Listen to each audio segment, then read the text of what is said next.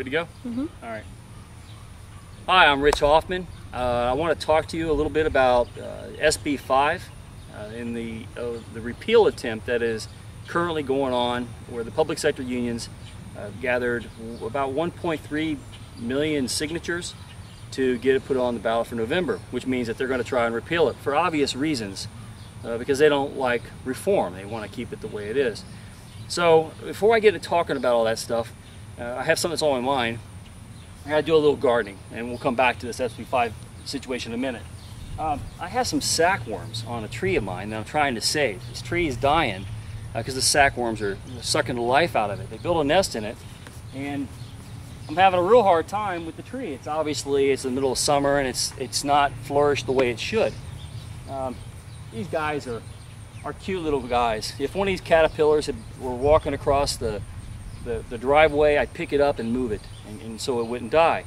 And there's lots of them in here. There's several hundred of them in here, and again, they're cute, but they're killing the tree from here back. And if I let them go, they'll migrate, and there'll be more next year, and the tree's already having a hard time surviving as it is. So we need to get rid of it. So can you take care of that for me? Well, go ahead and talk about SB 5. It's nice to have a little help. With SB 5, the public sector union is to me, and I hate to say it like this, it kind of reminds me of these worms. The worms want to live, and they have a right to live, but if I want to save my tree, they got to go. The public sector unions, they feed off our tax money. They feed off the tree that we're trying to grow.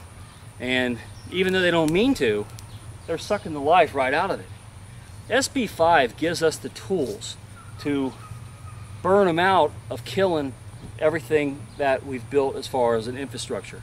It doesn't kill all worms altogether, but it allows us to manage them and remove them where we see that they're killing parts of our economy. So now that SB 5 has been passed into law, it's going to take guts to keep it. And the public sector unions, of course, are going to be just like these worms. They're going to want to live, they're going to build their nests, they're going to consume the resources of the tree, of our economy. But we have to manage those costs, and we need the tools to do it. And SB 5 is the way that we're going to protect our needs at a local level and keep government out of doing it from faraway land where a lot of manipulation and corruption can take place. So it's going to take about 2 million voters to get out to the polls in November. So don't stay home that day. If you want to have real reform and not just talk about it, you better get to the polls and vote to keep this thing. If you want to know more about SB 5, I've written 300 some articles about it, not just about SB 5, but a lot of them about SB 5 at overmanwarrior.com. It's not affiliated with Tea Parties or the Republican Party or anybody's party.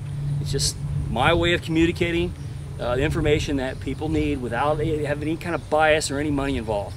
It's just facts. So go to overmanwarrior.com, check out the blog links there, look up whatever topic you want to know more about, and the information that you need will be there, because there's going to be a lot of rhetoric coming this fall.